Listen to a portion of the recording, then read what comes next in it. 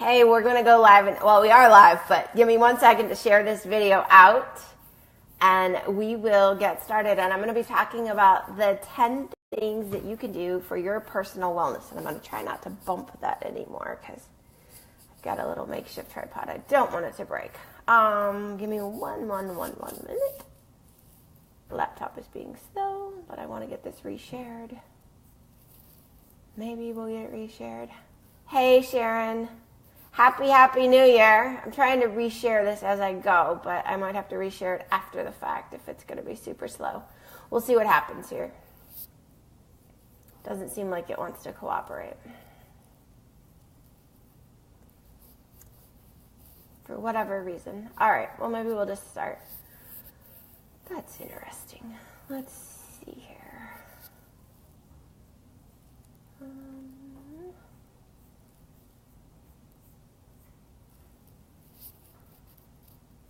It's just slow. All right, so we are going to be talking about 10 steps that you can do to ensure your personal wellness foundation. And I'm sitting on a yoga ball because that's just something that I'm going to try at least the beginning of the year to see how that helps me with my posture and just like that sitting in front of a desk all the time. So when I'm at home working, I'm going to try to work from a yoga ball. We'll see what happens. It might make me bouncy or who knows what. So yes, today is the last year of 2017.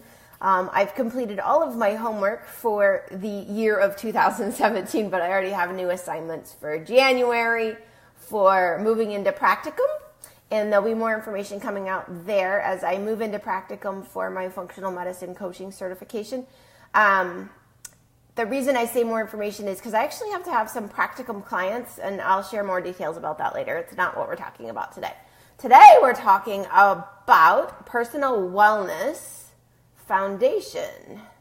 And, all right, so 10 steps, right, to ensure that you have a great personal wellness foundation base for you as you go into the new year. What are these things? What can you do all 10 of them? Can you do part of them? And how can it help you, right?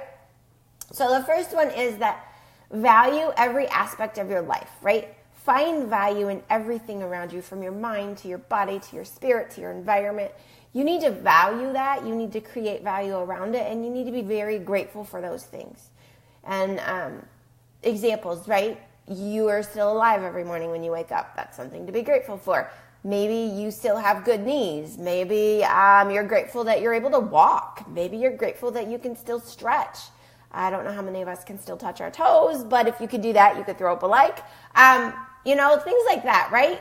In spirit, there's a lot to be grateful for in spirit, from having positive days to having God winks to having beautiful flowers to just feeling, like the spirit and Mother Nature and all of that moving throughout you. And then your environment. Are you grateful for your home? Are you grateful for your house? Are you grateful for the village or the city or the community in which you live in? Are you grateful for that environment that you're surrounded with, right? That's the first one. The second one is to make sure your movement includes 3 areas: endurance, strength, and flexibility. Doesn't say anything about cardio, doesn't say anything about weightlifting. Strength is being able to lift your own body weight. So you could do that through Pilates. You could do that through yoga training. You could actually do that on a chair if you put your hands down and just try to lift your body on a chair. You don't have to be able to go to the gym. It doesn't say that. Endurance means that longer periods of time, right? So maybe you can walk for a mile. Maybe you can walk for 2 miles and just getting an endurance built up.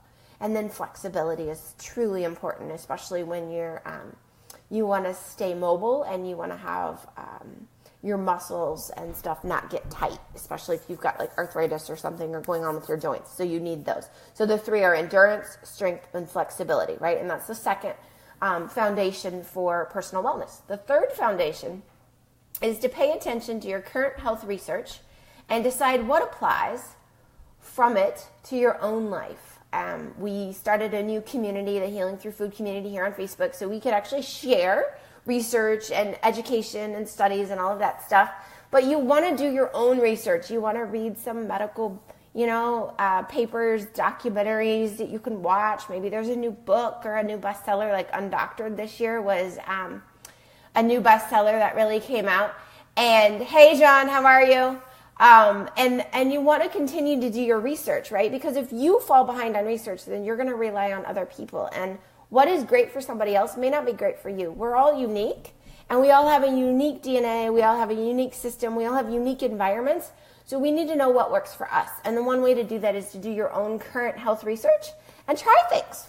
Give it a week. Give it 3 days. See how you feel. Like the enzymes are a great thing, right? That people are trying. Digestive enzymes, plant-based enzymes. I actually have a friend of mine who got hers in the mail in San Diego, and she got them 3 days ago. She took them the first day, and she said, my tummy wasn't a little good, but I had a really good constitutional. I was like, great, they make you poop. That's what we help people do.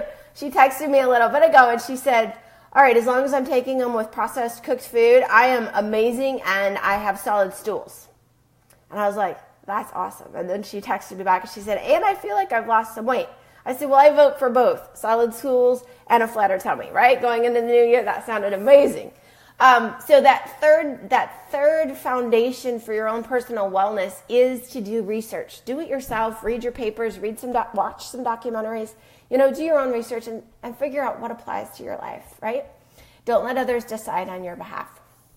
The fourth one is to make it about your personal growth. Make your personal wellness about your personal growth.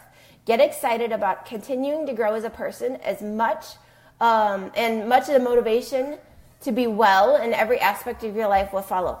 What you will find is that you will be intrinsically motivated to get healthier, to get better, to find more wellness.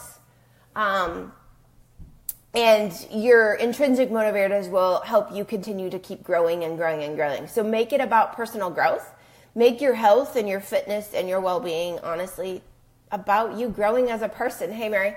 We're on to number 5 of personal wellness foundation steps you need to take, right?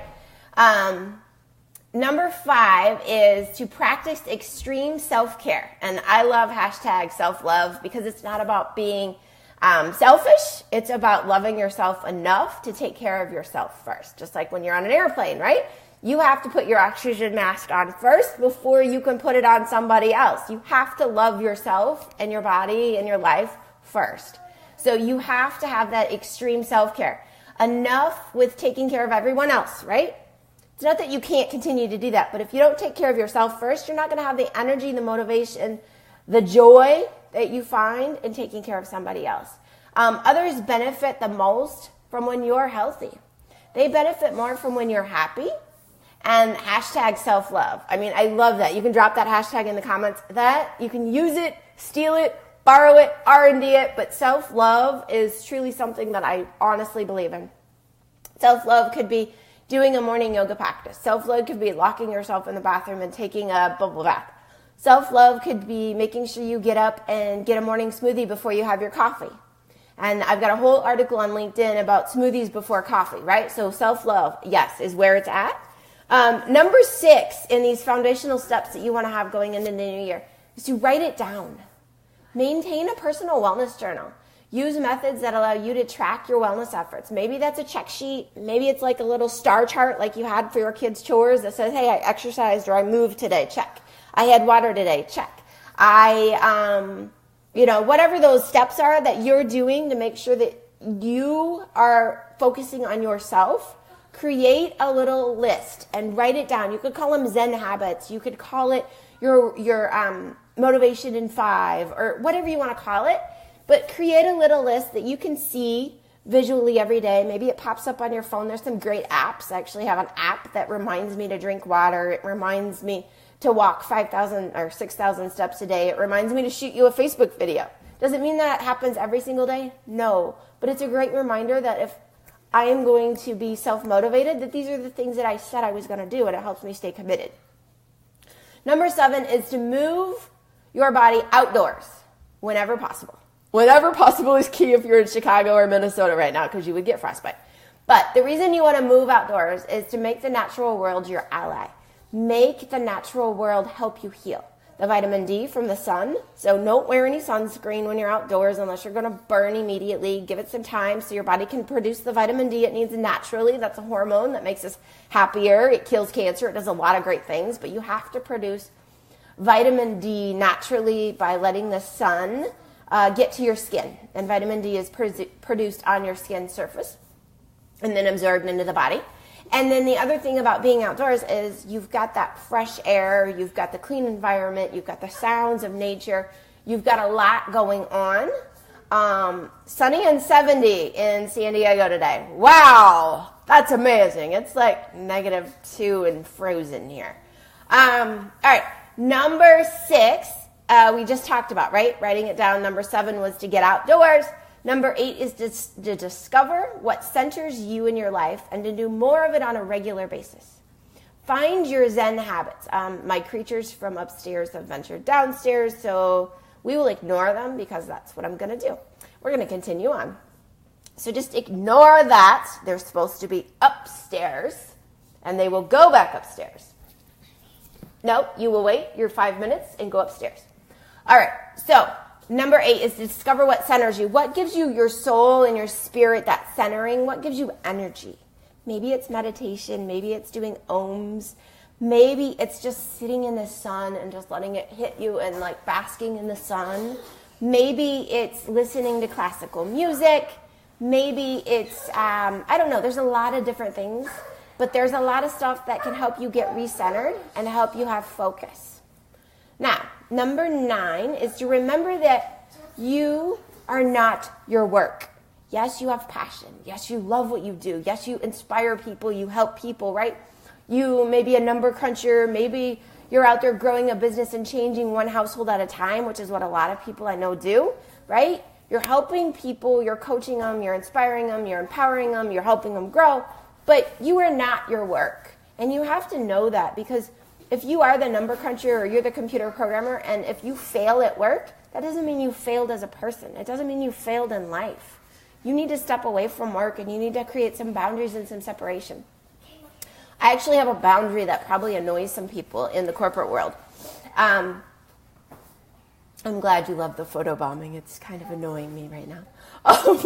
But one of my boundaries is if I take a personal day, then I don't answer text messages from the corporate world that I've taken a personal day from.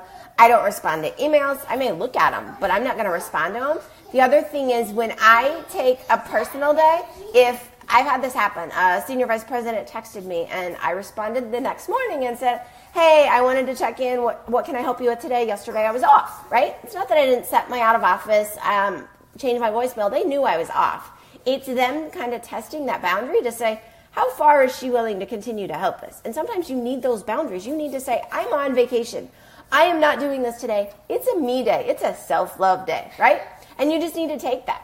Number 10 is to work with a coach. And why do I say this? I say this because even myself, I have to work with marketing coaches. I have to work with speech writing coaches. I work with mindset coaches for myself. I work with social media coaches, right? So if you are somebody that needs coaching in your health or in your life or in your wellness perspective, hold on one second. Girls, upstairs, now. If you're somebody that needs coaching, it may seem obvious, but it's important to not only buy into the concept of coaching, like get coaching if you are a coach, but to also learn from the coaching and to find benefit from it, right? Because if you're not getting benefit from the coaching, then it's not worth it. And I will tell you, if you're not paying for coaching, you're not actually going to do what they tell you to do. It's just like when I went to college the first time. I'll just tell you the truth. I went to college the first time. My mom was a single mom.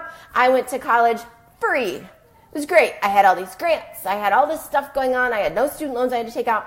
My freshman year of college was completely free. And you know what? I bombed. I blew it off. I said, oh, whatever. I'm not spending money. It doesn't matter. I went back to school, changed my degree a year later, and it was coming out of pocket cash.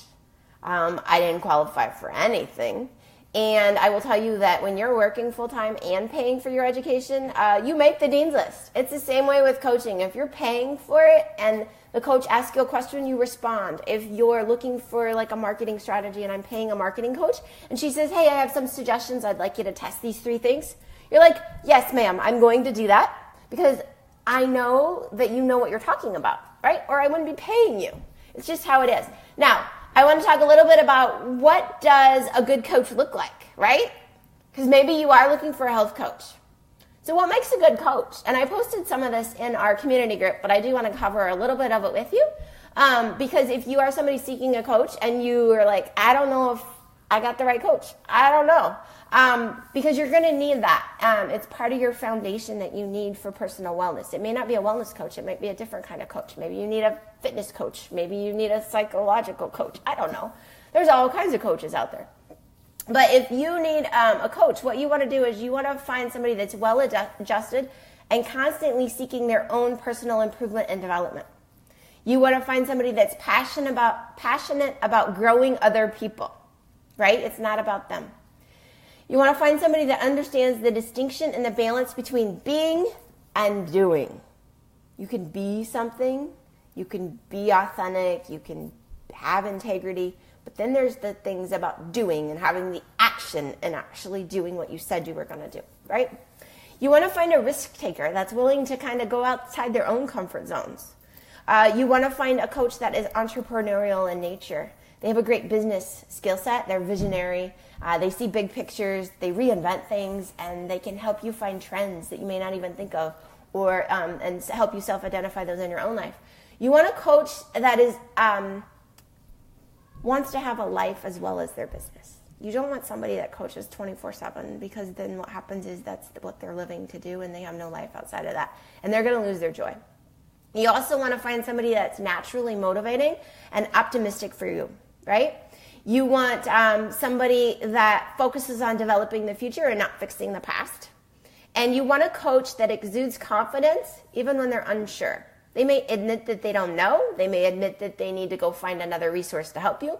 But you got to find somebody that is confident. You also need to find a good listener, somebody that's authentic, genuine, and has very high integrity, okay? Now, today is the 31st. We talked about this at the beginning of the movie, the beginning of the video, the beginning of the stream, whatever you want to call this right now. And that means it's the last day of 2017. It also means we have 2 days before we start our Adrenal Reset. That being said, if you need the Adrenal Reset plan, you need to message me or put it below this video or something so I can get that plan to you, because you're going to need the grocery list and the recipes. Why do I say that? Because you need to go to the grocery store. They're not open on New Year's Day for the most part. They get a holiday. They need some time to themselves for some little self-love. The other thing is you're going to be going on January 2nd to the store to get all your supplies if you don't have them at home. So you will want this list today so you can go get this done. The other thing is there is prep. People are like, prep? What is prep?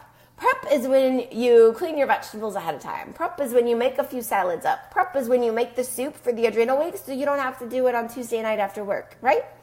And you can get all of that done. It should take you like hour and a half, 2 hours. Buy the lettuce that's already cleaned. Buy the cut stuff if it's easier and you can afford it. If you're doing the Adrenal Reset and you're like, Tiffany, I can't afford organic. I didn't say you had to do organic. I said you had to go plant-based with a little bit of fish. So don't feel like you can't afford it. Just get the best you can. And if you're somebody that's like, I can't even afford regular fruit, go find the day-old fruit. Go find the spotted brown bananas and the tomatoes that have spots, and don't worry about it. Cut the bad spots out and buy the stuff for 99 cents. If you're in the Chicagoland area, there's a couple of great wholesale grocery stores I can reference, and I can send you to those as well. If you're in California, you probably still have farmers markets open. What else? So we are starting January 2nd. The Adrenal Reset Week is free. It's 5 days doing it with the group. You're getting the menus, you're getting the meal plan, you're getting mindset, you're getting chapter 8 of the new book that I've been working on today. Like, I thought I lost it at one point. That's a whole nother story I'll share later. I about freaked out. Needless to say, my husband brought me a nice little gift he was hiding, and I put some essential oils in the stones, some peace, and I prayed about it, and my hard drive started reworking. I was like, oh no. But currently the new book is 199 pages. We have not got the photographs back from the photographer yet, so it will be an over 200-page book. I'm meeting with a New York Times best-selling title coach Thursday this week to help me find a title for this new book, so it is untitled at this point. The book itself is a program, honestly, and I'll talk more about it as we get going through the Adrenal Reset. But it's a lot of what I do with my personal clients. And helping them find a way that they get their life back on track, right? They get their health and their body back. They get to where they love life again. And we've kind of put it into a whole book that you can take home and step-by-step directions. And there's an online community that goes with it. And the program has videos, and it's got emailing, and it's got inspiration, and there's bonuses, and it's a lot, and it's awesome. And it's been taking me about 2.5 years to build this content. A lot of you know I haven't released a book in quite a while, and that's because we've been building up for this new one that's coming out. The new one coming out is integrated functional medicine, elimination diet, focused, I guess you could say. The meals are gluten-free, dairy-free. There's several vegan options. There's a lot about restoring the gut. So you restore the body, you restore your energy. I can't wait to share it. It's exciting. I can't believe it's like almost 4 o'clock and all I've done is work on this book today. I did, like I said, finish my homework super early this morning, but I get engrossed in it, and that's passion, right? You find focus when you're in passion. And you start working on what you need. And I want you guys to find passion in yourselves. I want you to find passion in yourself and in your life and have that self-love so that you get engrossed and you become like in love with yourself. I know that sounds crazy, but I want you to be in love with yourself so that you take care of yourself and that you find joy in your days. All right? Tomorrow is January 1. Woohoo! We will do a kickoff video for the Adrenal Reset tomorrow, and I'll answer Q&A and questions. So if you've got questions, let me know about that. If you've got anybody else that needs to be on this reset with you this week to kick off the new year so that they feel amazing and they can achieve their goals and go after their resolutions and just like reset so that there's awesome energy going on and their hormones are back and all of that great stuff. There was a video I did yesterday in the Healing Through Food community group about adrenals, what they can affect, what the reset can help you to improve, and kind of the 3 levels of adrenal failure or dysfunction, whatever you want to call it. And those are, that's available. You can go watch that. You can ask to join the Healing Through Food community, and I'll grant you that access. And with that, I want you guys to have a great New Year's Eve. Don't party too hardy, but make sure you have a glass of wine and enjoy. And I'll talk to you all tomorrow. Have a great evening, and give 2017 a big hug, right? And then send it off and a great farewell and welcome in the new year. Welcome it with joy. Welcome it with gratitude. Welcome it with open arms so that you can take on everything that the world and God is about to give you, because it's going to be amazing. Talk to you soon.